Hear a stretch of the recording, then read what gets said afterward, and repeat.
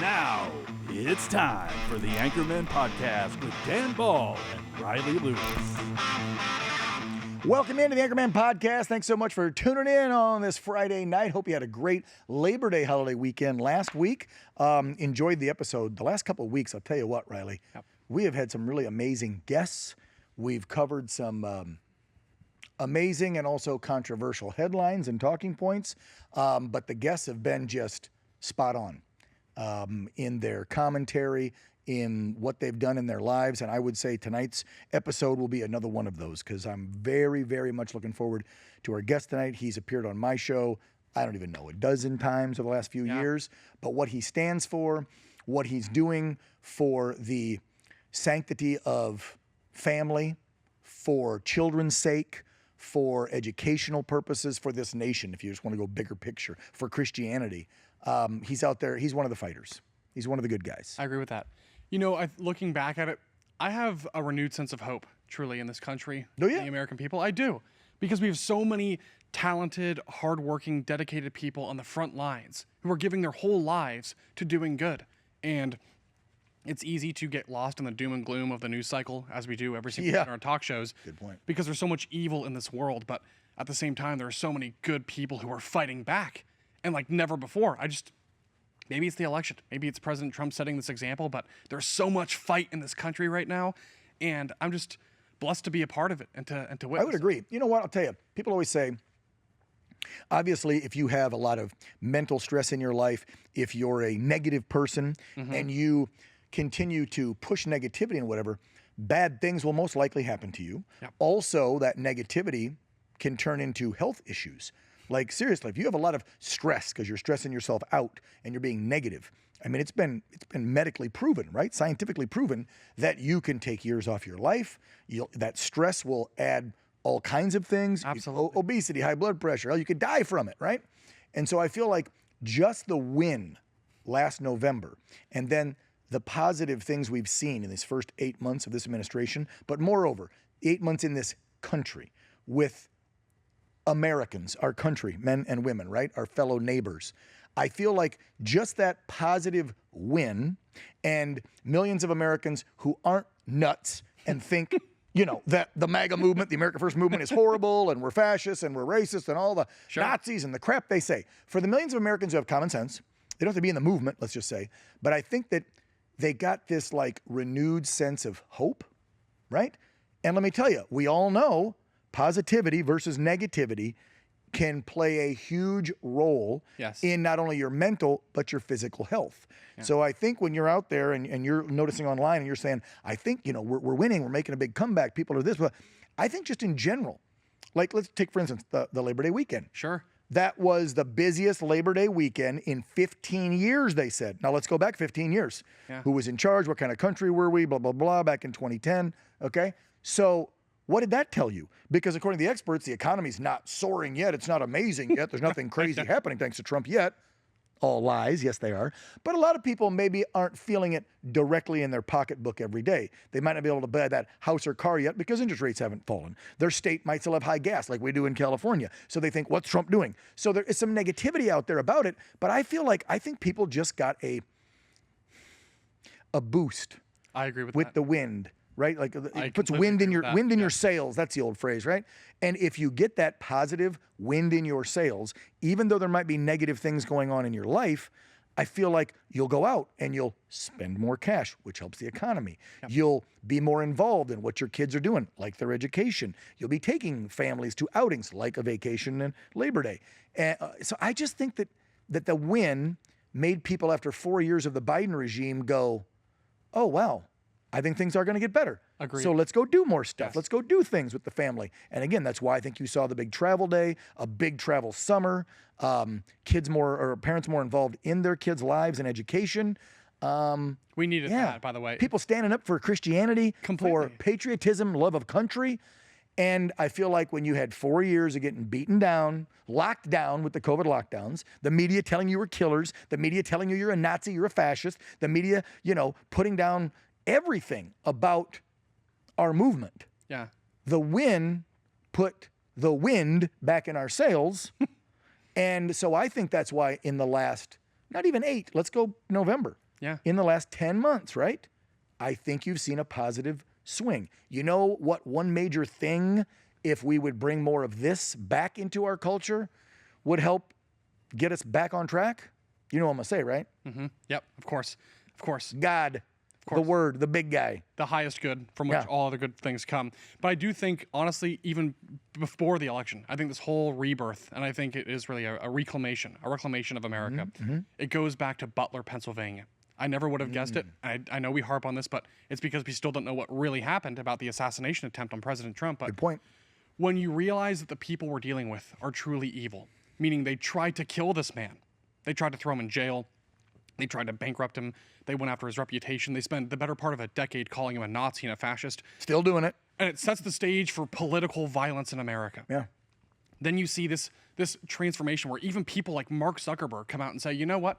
I'm going to throw my support behind President Trump. That's right. Elon Musk, the exact same thing. Because that interview with Zuck Yes. right after he got shot, Yes. he said, why are you changing your tune on Trump? I believe the phrase was, he got shot, he stood up and said, fight, fight, fight. And I think Zuckerberg said, that was pretty badass. He did. And how can you not support a guy like that? I mean, when you're taking a liberal little boy like Zuckerberg, as I like to call him, and he starts going a little bit pro-Trump, you know you're going in the right direction. But again, I'll go back to the Word and God and Christianity.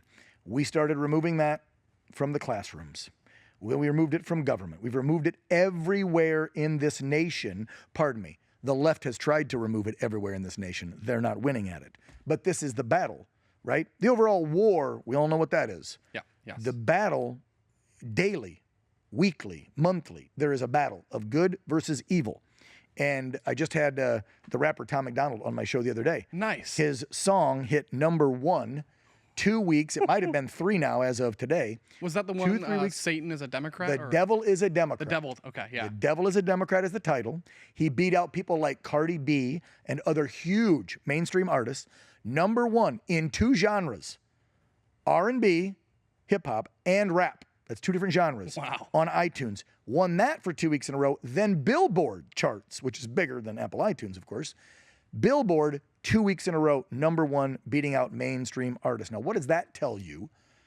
The devil is a Democrat. People are seeing through, and we'll get to our guest because I know he has so much to say about everything we're going to discuss tonight, and it's going to be kind of just a big picture with this guy because he's a pastor, he's a patriot, he's a fighter, and I know he truly believes that this is one of the main reasons we're in the situation we're in this nation. The world is in the situation they're in, is because we have, too many of us have walked away from God, put their faith and trust in government.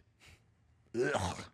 What a mistake that was. And that's why we're at where we are today. However, with the win last November and the removal, the repeal, the backtracking on policies that the Biden regime and that other Democrat leaders around the country put into place, I think as American people see those things being pulled back, right? We're not forcing the vaccines on you anymore. We're not making you wear masks. We're not keeping your kids at home, just just totally hitting their mental stability.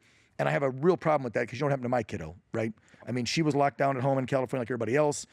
Her grades went down. I am so PO'd at politicians for the stuff they did with COVID. And then, I mean, we could go on and on. The transgender agenda. Of course. Right? The lawlessness with the wide open border, the sticking up for illegal immigrants and criminals, MS-13 gangbangers like Kilmar Obrega Garcia.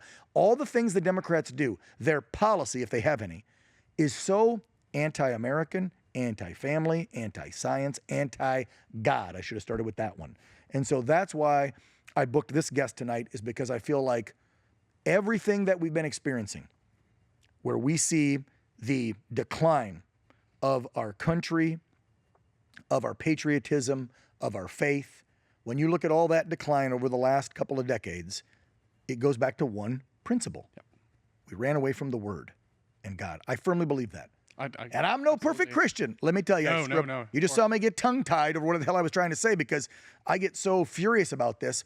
But I truly, truly believe that if every single American had more God in their life, less media, less social media, less Democrat influence, less watching The View, less, if they had less of that and more of the word, this country would be transformed overnight. Oh, absolutely. And that's interesting, because I would say that, to bring it back to Butler, I believe that was divine intervention. The fact that President Trump survived that assassination Had to be. It's either a much more. Yeah. Look at my fingers. This much more, not this much. Yes. This much more, and a skimming of the ear turns into a direct hit in the back of your head and blows it off. He turned, but he also then tilted down. That tilt down got it to miss the back. If he would have only turned, it would have blown his head off. I know. I don't think people realize. No. We're talking centimeters, not inches. And so, yes, I truly believe that. And again, you don't have to love everything Trump's done the 8 months he's been in. No. I can't say I agree with every single thing, but here's what I'll tell the people. And then we'll get to our guest, because it's been 10 minutes and he's over there. I see him on the monitor waiting to come on here, chomping at the bit. When you look at the 4 years of Biden, when you look at the 8 of Obama, and the divisive rhetoric that he spewed out there against cops, against whites, there was all kinds of crap, making apologies around the world for America, bringing back up slavery, trying to create a race war. That's who started the race war. Don't think he didn't. He just acted like he was, whatever, Barry. And you look at those periods in our history versus to today and what Trump's done in 8 months, and all these social media influencers that are now running away from Trump, and a couple Republican lawmakers all PO'd about certain things, guess what? Can you just shut your mouth, sit down for a second, and think about the alternative? Kamala Harris. Yep. Miss Madam President, come on in. Think about that for a second, and then sit down, stop trying to, grift on your social media accounts against Trump and the MAGA movement so you can sell some more shirts or get some engagement so you can make some more damn money. Just shut up and sit down and think about the alternative when you start ripping Donald Trump and the MAGA movement 8 months in. Yeah, I know. Because what do you think the country would look like if it had gone the other way last November? Oh gosh, a whole lot of the same. But And the Senate and the House and the presidency. If it all went left. Completely. Well, Think about it. I think the fact that they removed Biden months after he won the primary and installed Kamala Harris without a single vote is just one little glimpse into what a Kamala Harris America would look like. Thank you. And we're the fascists. I know. It's so obviously crazy. Not one Democrat voted for her. Anyway. Yeah. Should we bring the pastor on? We should. I All want to right. hear his thoughts about So this. this guy, and this is where I knew we could just have this big discussion of good versus evil, God and the devil, and then you can go down, literally down the platform, if they even have one, of the Democrats, and to Tom McDonald's rap song, "The Devil is a Democrat," you can go item line by item line and say, here's why. This is influenced by evil.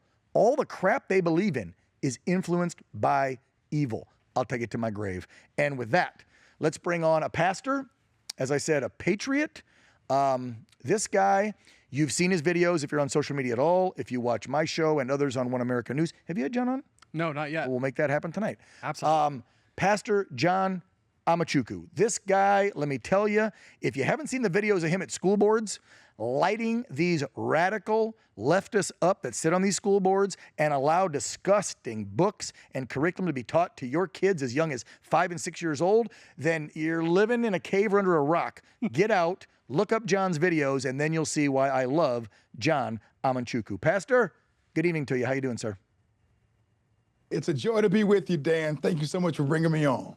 Well, now, Riley Lewis is also one of our talk show hosts here at OAN, and he has never had you on his program. I know you've done mine, Chanel's, some of the newscasts. So right off, before we get started on how Pastor John Amanchukwu came to be, we got to commit. We have to get you on Riley's show soon, like in the next week or so. Can we do that?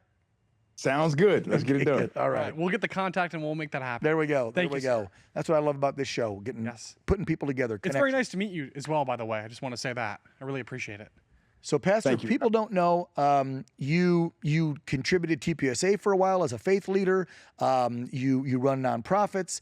But I think a lot of folks, again, know you as that school board pastor who goes and fires people up. So I want to start there, but then I want to back up and find out where you were born, where you went to school, how John became Pastor John and took on this mission of trying to save our children and preach the good word. So first, let's start with the going to school boards. When did all that start? And when did you get the first viral video? Because I don't know if that's how I noticed you. I'm trying to remember how we came to know each other 3, 4, 5 years ago.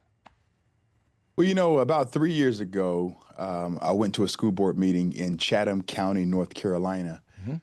The young girl who was being demonized for a Christian faith, her teacher told her that believing in Jesus was tantamount to believing in a brick wall. Wow. And during that time frame, I was leading a 40-week prayer walk at one of the largest abortion clinics in the Southeast. And so that was really pretty much what I was steeped in. I didn't know much about the critical race theory talk and the gender theory and the queer theory stuff, although I preached against it, of course, because the Bible doesn't endorse it.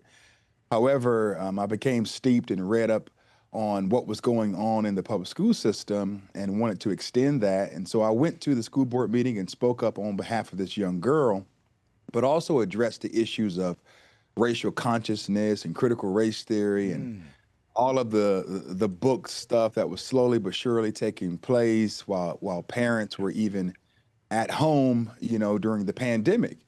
And so that message went viral. I didn't know that it would go viral. Who would ever think, I'm a preacher. We preach for 40 minutes and 50 minutes, an hour, 2 hours if you let us, right? Who would think that a 3-minute message, 180 seconds, would be the thing that catapults my ministry and puts me on all of the major talk shows like Dan Ball's show, soon to be Riley Lewis's show. Who would ever think that would take place? But it did. And really, what I view that as is just simply me saying yes to a small opportunity. On face value, it seemed like, oh yeah, just an easy, simple task, not knowing that God was trying to launch me into the arena to contend for our children. There was no expectations. No one was going to compensate me for going and speaking up at a school board meeting. The Lord just said, go do it. And I did it. And now I've traveled to 21 states speaking up for kids. Wow. I'm known nationally now as the book banning pastor by the liberal media. That's right.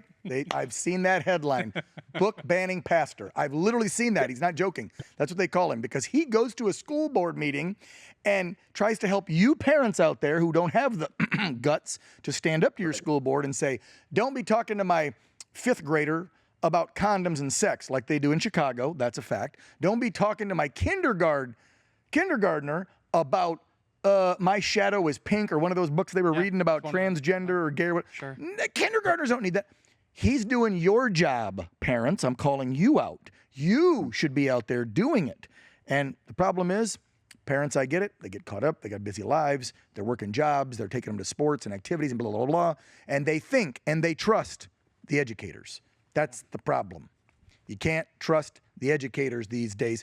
Go back to the 50s and 60s in this nation. It was a lot different. But the last 40, 50 years, I would say you better be on top of your kids' education. So you did that first one. It went viral. And then God, as pastors do, got the calling, and he said, this is one of the things you got to go do. So you just started saying, I'm going to start hitting these meetings and, pardon the language, raising hell. Well, you know what?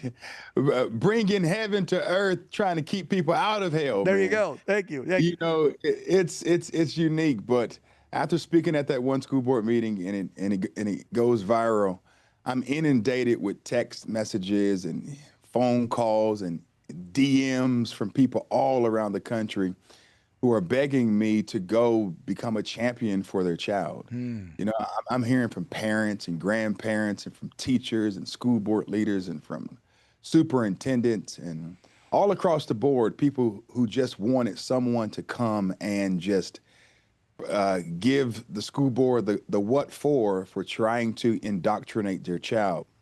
And the topic of indoctrination comes up all the time. Some people call it indoctrination. Some people call it grooming, but I call it mental rape. I call it that because I think we need to up the rhetoric, and the left does a good job with winning the war on terminology. Yeah, that's a great point. It is. They're good at that. Yep. And I call it mental rape because it assaults the soul. It stains the brain and it robs children of their innocence. That's a great point. To put porn in front of a child, that should lead towards capital punishment. It should. You know, to attempt to do that towards a kid who they can't really make out the centrality of what they're looking at. Right. Yes. They don't comprehend and understand it yet. Yes. And so you have poisoned them. You, as you so eloquently put, you're robbing them of their childhood, which then changes that human for life. Yeah. You've altered Completely. who that little 5, 6, 7, 8, 9, 10-year-old would have become because of your sick perversions that you think they need to know about this crap in the name of equality and DEI and CRT and the middle-aged liberal white woman out there. I'll throw them under the bus. They are absolutely nuts. These are the ones out there telling us that we're racist, that kids need to see this crap, that Trump's a Nazi. I mean, that's some of the worst ones I've seen. And I've seen the signs in the past week or two at some of the protests. The 65-year-old liberal white woman with ridiculous, crazy-ass signs. Yeah. I mean, like, you know, if so-and-so can't use this bathroom because they're trans, well, then how about no more blacks in white bathrooms? Like, do you see that sign? I did see that. Crazy white liberal women. They're the worst, Pastor. Anyway. No, well, Sorry, I had to go off on them. Yeah. You're right. They did that towards Winston Sears. Yes, And thank you. it's not Lieutenant Governor Winston Sears. It's not going to change, right? Malcolm X tried to tell us that the original racist has always been the white liberal. And I try to get this through to blacks, and I'm working hard, you know, to convey that message. President Trump did a phenomenal job with black men in particular our past election. Right. You know, he won the most black support that any president has won since the 1960s, which is amazing. But there's more work to be done. But yes, that sign really signified that white liberals get angry when blacks leave the plantation, and they have to remind these N-words who they are, and they have to remind them to stay in their place, because if you don't, we'll just bring you back to where we had you at our heel. Right? Yep. And so that's really what they want. Am I allowed to call it a voting plantation, or is that racist? Because I've been saying that for about 5 years on my show, that liberals have kept the black voter on a voting plantation since the 60s and their bogus civil rights bill, because they knew what they were doing back then, right? I mean, LBJ said it, right? Didn't LBJ? That was the rumor. He said, we'll have these N-words voting right. Democrat for the next 100 years. Right. Yes. Yeah, go ahead, Pastor. That's not racist. I mean, it's true, and that's exactly what LBJ said. But he said it with a hard R at the end. Not an at the end, but a hard R. I'm not saying that word, okay? Anyway. Can I ask you a question, though, Pastor? Sure. And I don't mean to interrupt, but this is just, as we're going along, and this is really occurring to me, you said something a minute ago about indoctrination. And I think what you're getting to also is the moral corruption of American society. I'm very curious to get your thoughts about the people doing the corrupting. Like, where does the urge come from for these modern-day progressives to completely deprive this country of any moral fiber? What is this an evil force? Is it innate? Like, where is this coming from? Well, it's systemic, but we do know that God is not the author of confusion. He is not the progenitor of confusion. So where does confusion come from? It comes from the diabolos. It comes from the devil. It comes from Satan. And so Satan is also known as the father of lies and the accuser of the brethren. He's always presenting our faults and our wrongs before Almighty God to render us useless and futile. And so it's all steeped in Satanism. And I have to pull that out because there's a wicked woman by the name of Alice Bailey, who is known as the prophetess of the New Age movement. And she received esoteric knowledge from a demonic medium by the name of Dwal Cool. Okay? Alice Bailey put together what is called a 10-point plan on how to deconstruct society from Christianity. Number one, she wanted to take God and prayer out of the American education system. And we saw that that took place in 63. Number two, she wanted to reduce parental authority over children. Hence, we're battling today about parental rights. Number three, she wanted to destroy the Judeo-Christian family structure or the traditional family structure. Right? That's why doing. Of course. we exactly. We saw through Barack Hussein Obama, he decorated the White House in rainbow colors, but it was the wrong rainbow, the false rainbow. God's rainbow naturally occurs in nature. It has 7 stripes and is based off of the Roy G. Biv color system, the primitive color system. But in the woke bow or the rainbow mafia bow, they have 6 stripes. And the stripe that they remove is indigo, which represents God. They want the blessings of God. I didn't know that. But they don't want God himself. Wow. All right? And so it's imperative that we understand those issues. And I can add to that as well that the progress flag included also a brown stripe and a black stripe. Okay, this is their progress flag. I've seen that one. Yeah, I know what you're saying. And it's intentional that they wanted to make blackness synonymous with perversion. That's why Hollywood loves to paint and depict the black man as a punk or a homosexual. They love to do that. Wow. And I don't apologize for saying the word punk. The Bible talks about cowards. I'm not apologizing. But that's what the media loves to do. Hence, the athletes who are painting their fingernails, and you see that many rap hip hop stars are becoming more effeminate and soft and spineless. It's everywhere. It's intentional. And they wanted to create a moral equation and say that the struggle of homosexuals in the U.S. is tantamount to what blacks went through Jim Crow and slavery. But here's the problem with that. I didn't choose to be black, and you all didn't choose to be white, but you choose to chase after the same sex or the opposite sex. It just is. That is a choice. But let me get back to Alice Bailey. All right. Number 4, she said, if sex is free, then make abortion legal and make it easy. That's the 4th step in deconstructing Western civilization away from Christianity. Wow. All right. So make abortion legal and make it easy. All these things are happening. And I'll say this, Dan and Riley, that every time I go to the Bible, I've never found a scripture that says that we should be allowed to abort babies at 40 weeks. Yeah, no. 20 weeks. Exactly. 8 weeks. I've never heard anything about a heartbeat bill. Amen. But I did read where it says that the heart is desperately wicked. Who can know it? The Bible does say that about the heart, but it doesn't talk about a heartbeat bill. Number 5 is simple: make divorce easy and legal. Free people from the concept of marriage for life. Wow. So and now we're at a precipice. I read a year or 2 ago. We now have more divorced couples in America than married, and that was the first time ever in the history of our nation. Keep going. Number 6. This is amazing. I can't wait to hear. I can't wait to hear when Alice wrote this crap. Save that for the end, because all 10 of these are already in play and they're doing it now. But don't tell us yet. I want to know when. But finish the last of the list, and then let's find out how long ago she wrote this crap. Oh yes, and then number 6, make homosexuality an alternative lifestyle, and we've already covered that. We see that. All these have done.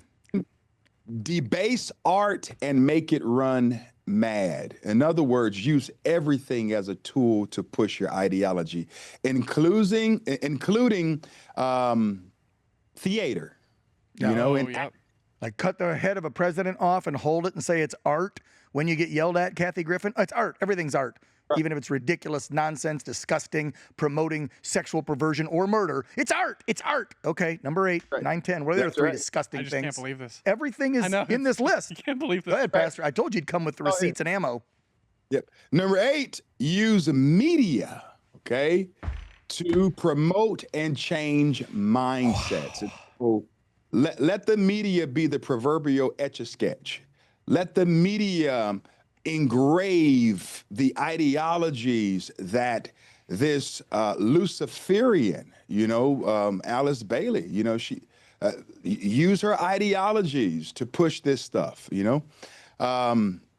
Number 9, create an interfaith movement. What does that mean? Put Christianity on equal par with all other religions. So that we're all on different paths headed towards the final destination. But, the Bible kind of makes it difficult because the word says, I am the way, the truth, and the life. No man comes to the Father but by me. It's kind of hard to get past that pesky scripture. Now, Number 10, here we go. Every single one of these has been true. Yes. That they've either been doing recently or for decades or years and years. All right, I can't wait to hear number 10. Number 10, get governments to make all these laws and get the church to endorse these changes. Boom. And there's where and why I complain all the time, and I just saw my buddy John Rich complaining on Sean Ryan's show about Joel Osteen and other leaders. Yep. I'm sure you saw it, Pastor, and I've been saying that. I've said it with you on my show.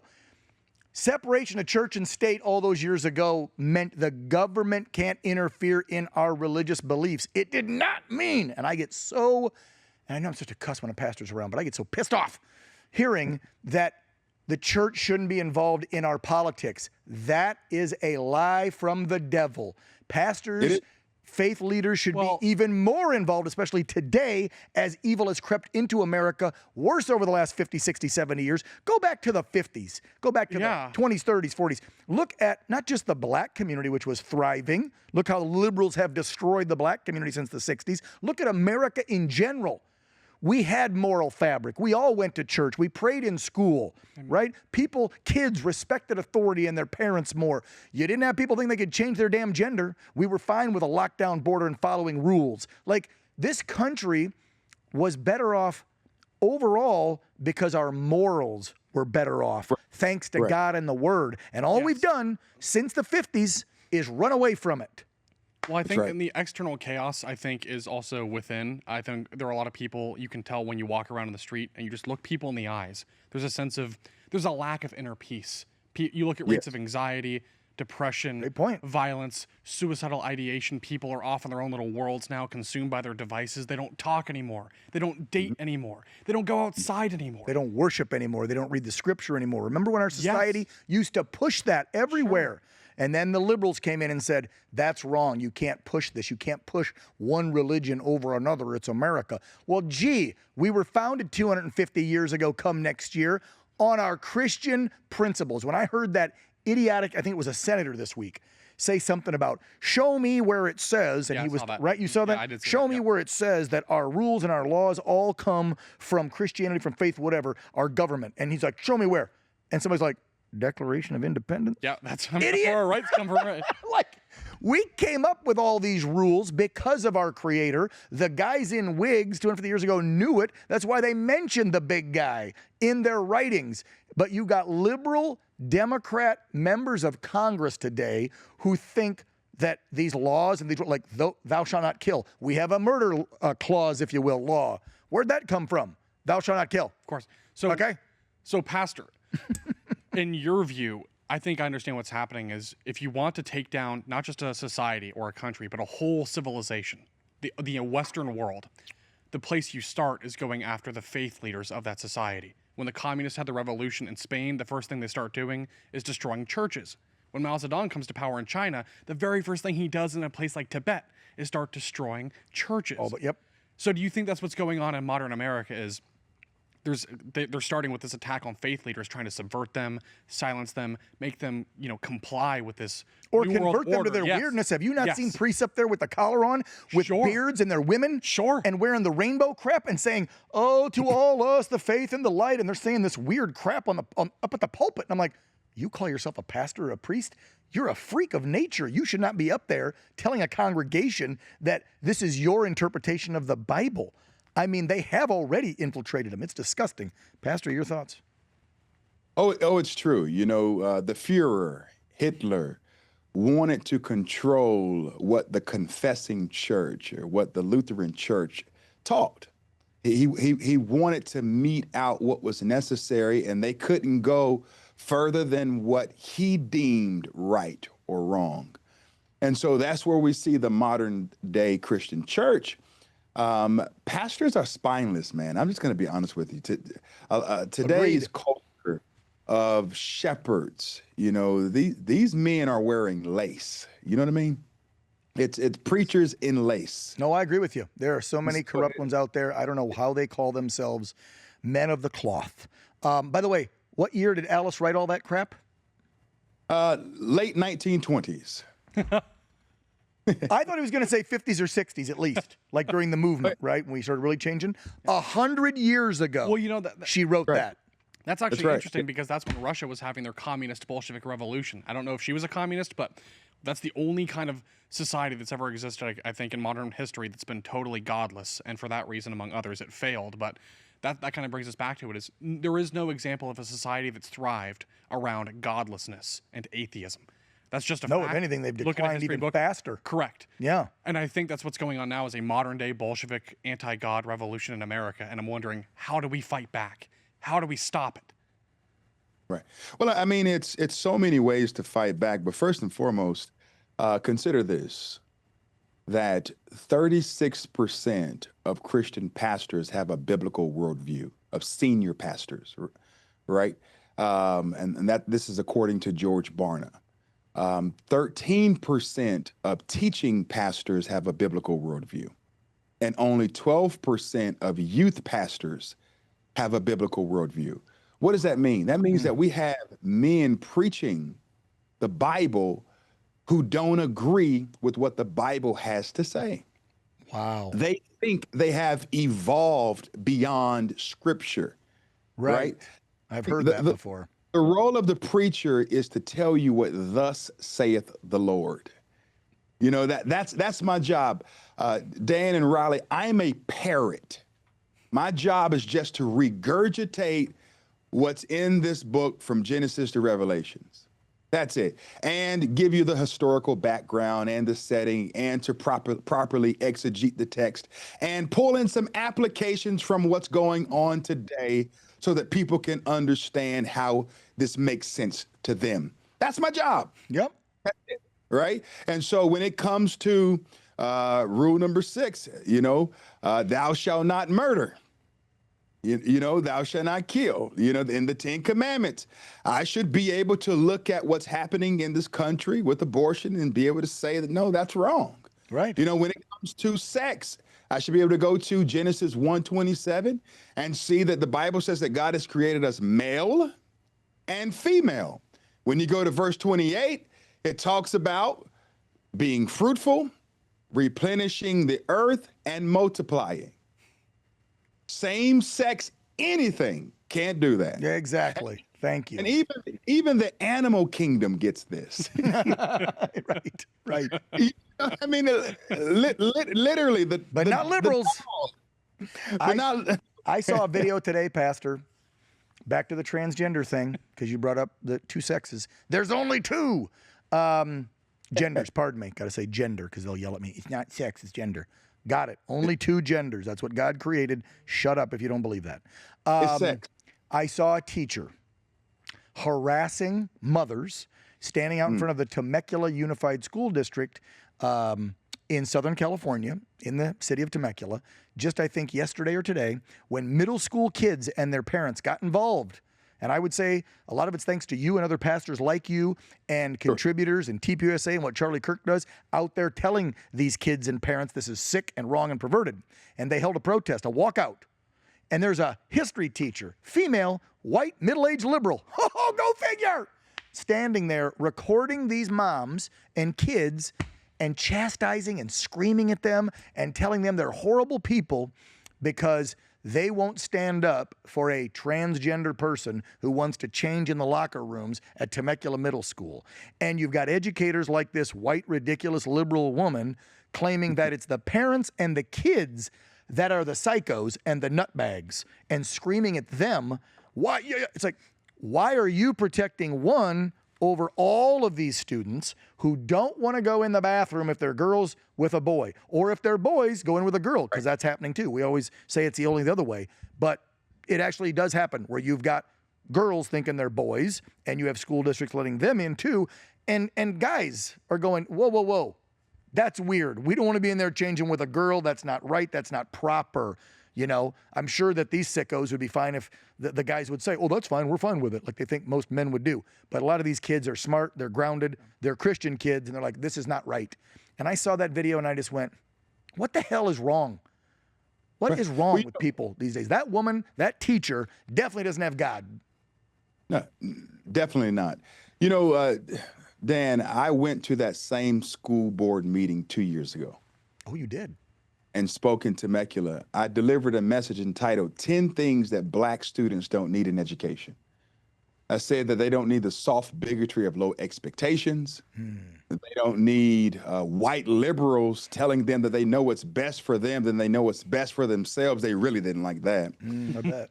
Them that we didn't need critical race theory where we label whites as inherently racist and blacks are, you know, proverbial victims. Right. I'm an oppressor. You're a victim because of this. Even though I don't believe in systemic racism. Maybe 50, 60, 70, 80 years ago, yes, systems were set up, governments were set up to be racist. Today in 2025, show me where the system is set up to be racist towards blacks or browns. Because the last time I checked, Pastor, I don't have a college that's only dedicated to crackers like me. I don't get, yeah, I can call myself a cracker because I'm a cracker or cracker. No hard ER. Cracker! Anyway, so why not? If crazy people can say the other one, I'm going to say that one.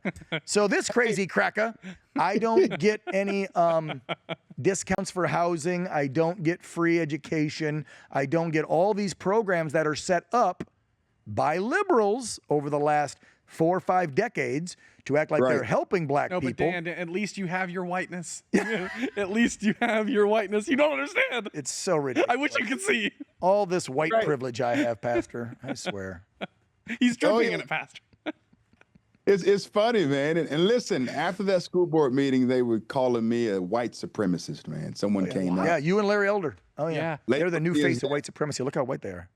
Cracker. I'm just a cracker. But you know what? I'm glad they put the cracker back in Cracker Barrel, right? Yes, there we go. That's another ridiculous headline. I mean, the left is so freaking woke, and they're so big on this CRT, DEI, whatever. It's like you took a black man off of the rice box. You took a black woman off the syrup. You're taking an old dude that was a family member of the original creator off the cracker barrel. Like, you're taking the Indian out of the game. It's like, oh my God. Nobody was upset about this stuff.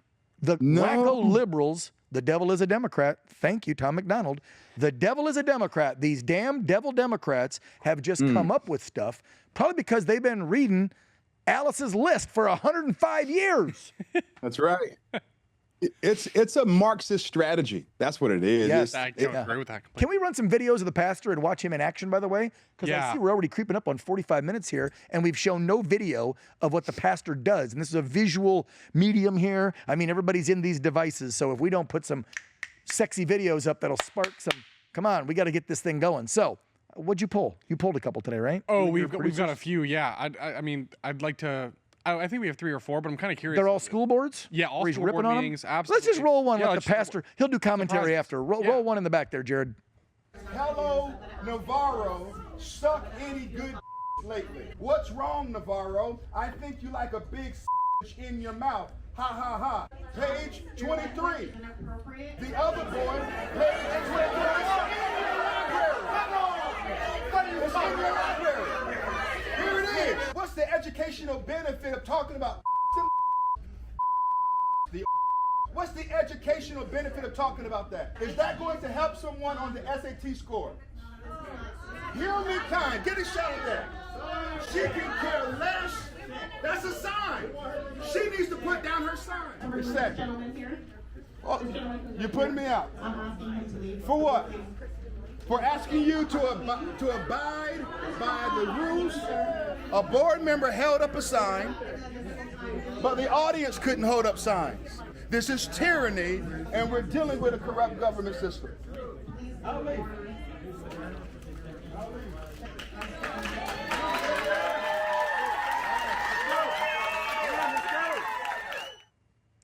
Wow. Those school board members in Clark County, was that Clark County, Nevada or Illinois? I know there's a bunch of Clark counties. Where was that? Clark County, Las Vegas, Gotcha. Nevada. Nevada, yep, because I lived there, unfortunately, for 6 years, Sin City. So they had the gall to tell you, stop saying that inappropriate language, and it's in a book you're reading that they let kids read. You go ahead before I get myself in trouble. You know, Dan, I can't make this stuff up, man. It's the insidious nature of the Democrat Party. And I'll say this, I'll get in trouble, but it's all good. You can't be a Christian and vote for the Democrat Party. Amen. You can't do that. It's too difficult to do. Number one, I mean, not too long ago, they voted God out of the party platform in the first place. And then they put him back in, but he actually lost. You know, they voted him back in, but you can't do that. Where's all those Democrat Catholics that say they're believers? I know a lot of a lot of Democrats are Catholics. Where you at? Where you at, Democrat Catholics, speaking out against your party because they don't want God involved? Where are you? You're weak. You had a question? Yeah, well, and just by the way, how about the DNC last year rolling out free abortions and free vasectomies at their convention? That should speak volumes about. I can't believe that. That was a real thing they did. If anybody looks at just the things they do, take them for their word. Yep. Look at their actions. I would say their policy, but that's lack of. They have no freaking policy. They are literally you-know-what crazy. And if you would just sit back, stop with the Trump derangement syndrome, all you Trump haters that vote Democrat, and literally start thinking about this is what they read to your kids, and they're fine with it. Right there. They think you can change gender. They're fine with an open border. They stick up more for illegals than you. They want you to tax till you're dead. Like, just start looking at what they say and listen to what the pastor said. How could you ever vote for a Democrat again? We got to get into his background. No, we do.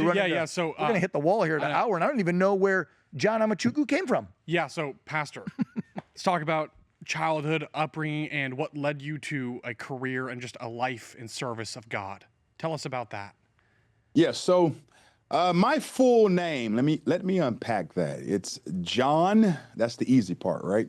My middle name is Chukwu, which means I will keep trusting and pleading in God.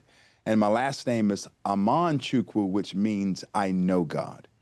And so my father came to the U.S. in the 70s, and my mother is from the U.S.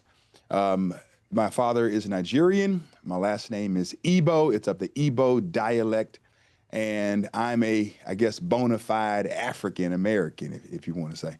But so, yeah, I gave my life to Christ at the age of 19 while playing football in college. I came to God early and often. I always knew that I would have a career of some sort in ministry. I had a propensity to lean towards the things of God, and I knew that God would use me in that way. But, you know, from the age of 12 all the way up to 19, I strayed like most young men.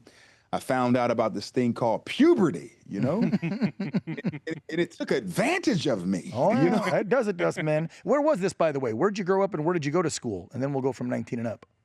Yes, it was Raleigh, North Carolina. Born in Elizabeth City, North Carolina. Grew up in Raleigh, North Carolina. Moved to Raleigh at the age of 3. My mother packed up 4 kids in the back of a black Thunderbird with red interior. She had only $100 to her name. Wow. And she moved us from Elizabeth City to Raleigh, and we lived in a shelter for nearly a year.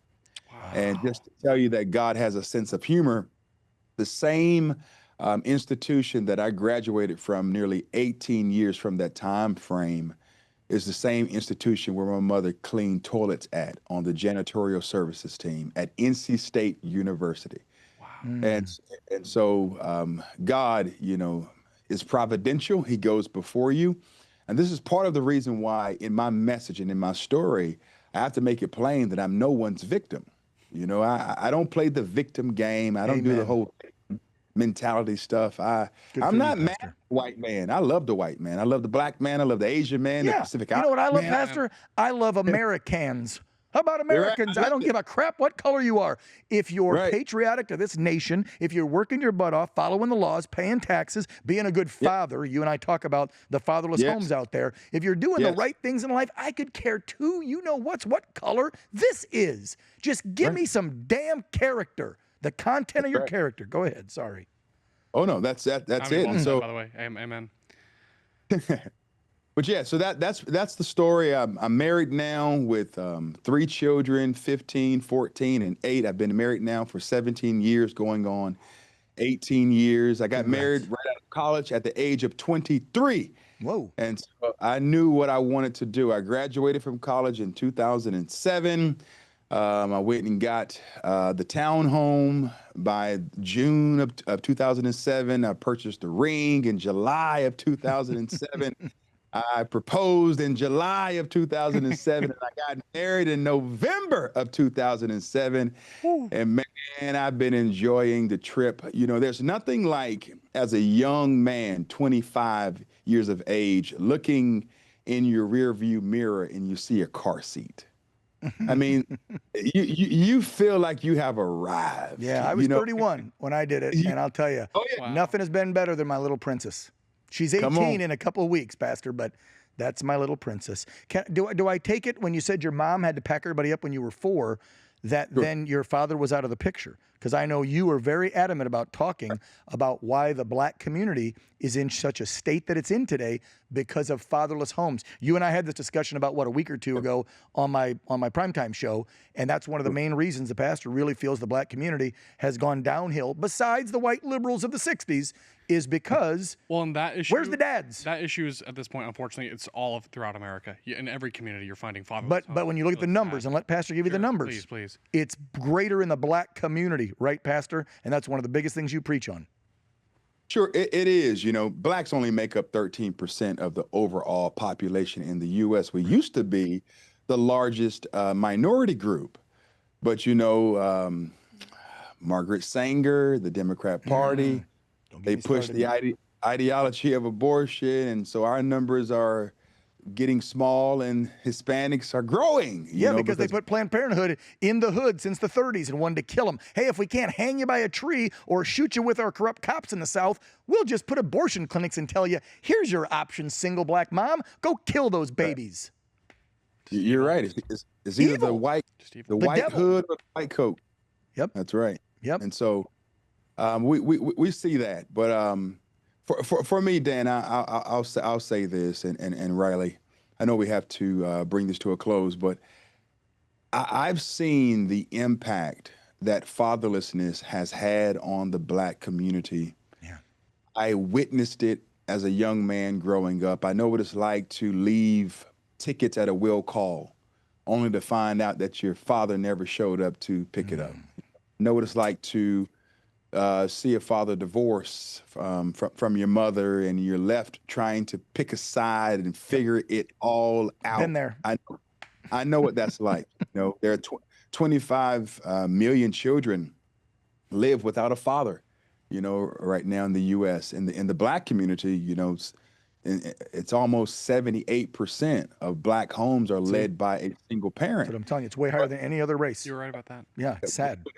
It's a little over 50% or so, or close to 45 to 50% for whites. And so it's still a pandemic across the board. And so to your point on that, Riley, the uptick in absentee dads is a virus that's impacting pretty much every community today. Yeah. Since blacks only make up a small swath of the overall population in the U.S., by percentages, it impacts us the most, but it's impacting every community. And why do you think that is, Pastor? Why do you think that It's at 45 in the white community. It's at 78 in the black. I don't know about the Asian and Hispanic, probably somewhere in the 30s, 40s as well. I doubt it's in the 70s, almost 80. Why do you think it's so much higher in the black community? Again, I can know where I'm going to start pointing the finger. It's over here on the left. For some reason, I always like going to the left. Well, you know, it's, what is it? LBJ came up with a creative way to get dads, the black man out of the home in particular, to replace him with a $300 to $400 check from the federal government. So out goes daddy, in comes big daddy government, you know, with the government cheese. And in order for mom to receive resources and support from the government, the man had to leave the house. And they would go to the homes and check and see if they saw a man there. And if they even saw a pair of shoes that looked like a man's shoe, they would cut the funding. Wow. If that woman was having a sexual relationship with a man once over the span of 2 months, they would cut the funding. Whoa. Wow. So it was all intentional. why do you think, Pastor, and then we will wrap up here in just a few, because I want you to close with some inspirational words and end the program on something a high note, right? But why do you think, and when do you think, this push that really denigrated, I guess that might be the word I'm looking for, the black community? Because if you go back, and you and I have had this discussion, if you go back to the teens, the 20s, the 30s, the 40s, the 50s, and I'll stop right there, the black community was thriving. Does anybody ever do any research in these younger generations and look at the videos and pics of black individuals, of black business owners, men in suits, nice cars, their wife, their kids, their home? They were a normal part of society doing everything that whites and Asians and Hispanics were doing in the 20s, 30s, 40s, 50s. And then all of a sudden, and especially in the last 20 years, there's been this push, and you tell me if I'm wrong, but I feel like there is a push. You brought up Hollywood, by the media, by the Democrats, and by the left to tell blacks, besides white are the oppressors and you're the victims, and you'll never get ahead unless you end up being a drug dealer, being a rapper, or playing some ball. Like, why? And I could be way off on that, but I feel like that's what I get as an image when I'm looking, that's the image blacks are told, especially young black men. You're never going to get ahead. You're screwed because of the white man, but here's some ways you can, and that's about it. And the culture then has declined because of what's in the music, what's being told in the home, and what's coming out of their neighborhoods. And I'm not going to fault the black community for doing that. You know who I'm going to fault? White liberals in Hollywood, in the media, in corporations, in government, for portraying this image that you're never getting ahead because of this, and you only got a couple options. Am I wrong in that kind of overview? Oh, no, you're right. You know, the whole blacks only being able to make it out unless they can play football or basketball, that's all the whole specimen strategy, which, you know, blacks made great slaves, right? And so it's the same kind of mindset. That's really what it is. It's so many things you can point at. You know, of course, we can look at LBJ. Of course, we can look at the Democrat Party and how they have created welfare states. Of course, we can look at the media and Hollywood and rap culture, hip hop culture. All of those things have led to the denigration and the decimation of the black culture and the black community. But we have to get beyond that and talk about accountability. There you go. I could be in the same category of blacks who choose to be dominated by that culture, by that mindset. But, you know, as a Christian man, right, that's heavy on God, on family, and on country, these are the things that have given me a launching pad out of that mentality. Right. You held yourself accountable, though. You held yourself accountable, and you had faith in the Word and God above, and you used all that from a young age to now your middle age, and you're thriving. And that's, I wish the message we could get through, not just to the black community, but anybody out there who's struggling, who doesn't know God, who's buying into the Democrat, the liberal, the media's narrative. We've got to break through to them with the Word and show them that this is the way, and they will thrive. They will. Final question you got for the pastor before we wrap things up? No question, actually. Just I want to take a moment to say thank you for your time today and also for setting a better example for people. Yeah. Within your community and without, truly. We need more people who are courageous, strong, who use their voices to fight for what's right. It's so easy to sit on the sidelines and not engage. I know so many people, good-hearted people, who think this world is a mess. They just give up on it. They turn away from it. They stick their head in the sand, never to think about it ever again. And they just live their lives. That's it. While everything else falls apart. I see it all the time. So I really just want to say thank you for fighting the fight, because we need it now more than ever. Yes, and we do. I'm hoping this episode and your work will inspire others to get in the trenches and start contributing to this fight, because we need it so badly. And we have lives to save. We have a country to save. We have a civilization. You got a world to save, I would We say. do. Bigger We picture. completely. Because when you're talking good versus evil, it ain't just America. It's a world. We got a minute And left. it's a as we just hit never-ending an fight hour. between good and evil. I would like the pastor with this last minute, literally minute left, to put that message out there for the folks who are struggling, Pastor. For the folks who are, their heart is hurting, their brain is confused, they're not buying all the liberal crap, they're not totally sold out down the river and think that this is the way. They're questioning what's going to happen tomorrow, whether they should exist, whatever. Just anybody that's struggling. I want you as a pastor, but as an American, as a man, because we need more men out there. We don't have enough men. Give that word with the minute remaining. Give that word. So preach, Pastor. Preach to them. Give them some gospel. Here as we close out. I'll try to. You know, there's a scripture that says that there is hope of a tree, that when it is cut down, it will sprout again. I had a plant in my front yard in my old neighborhood, and I didn't know much about horticulture, but my neighbor knew a lot about it. And one year he told me, he said, "Young man, this is what you need to do. You need to cut that tree down. You know, you need to cut it back. You need to prune it." And I thought to myself, well, do you think me cutting it back down to the stem would actually help the tree grow more the next year when spring comes around? Of course, I didn't know much about horticulture. And he said yes. And so he pruned that tree all the way down to the trunk. But the following season, the tree blossomed much larger, much greater than it had ever been. The petals on that tree were beautiful and a gorgeous shade of pink and full of color and life. What am I saying? I'm saying that life will take you through pruning seasons. And sometimes when you feel like you've been reduced and cut back and you've been hamstrung and you've dealt with issues that have pushed you in the corner, it's only God pulling you back in a slingshot. And everything that goes back has the ability to go forward. You know, in order to shift a gear, when you're driving a manual vehicle, you have to downshift and then you go forward faster. And so we're in that place in this country today. God has given America a reprieve. We now have tone from the top.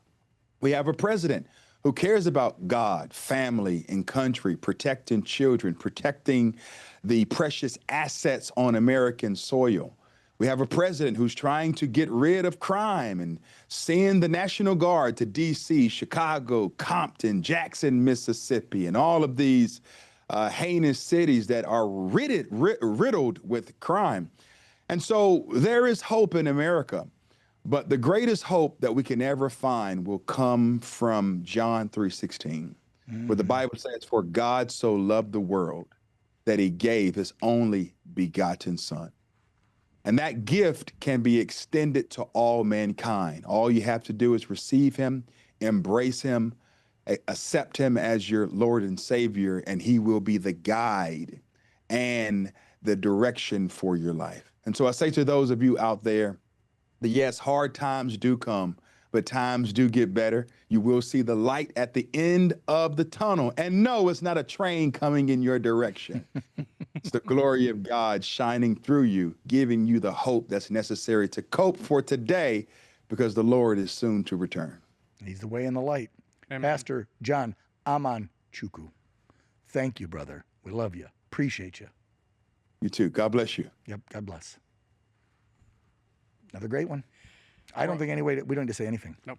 Agreed. His show's at 6. My show's at 8.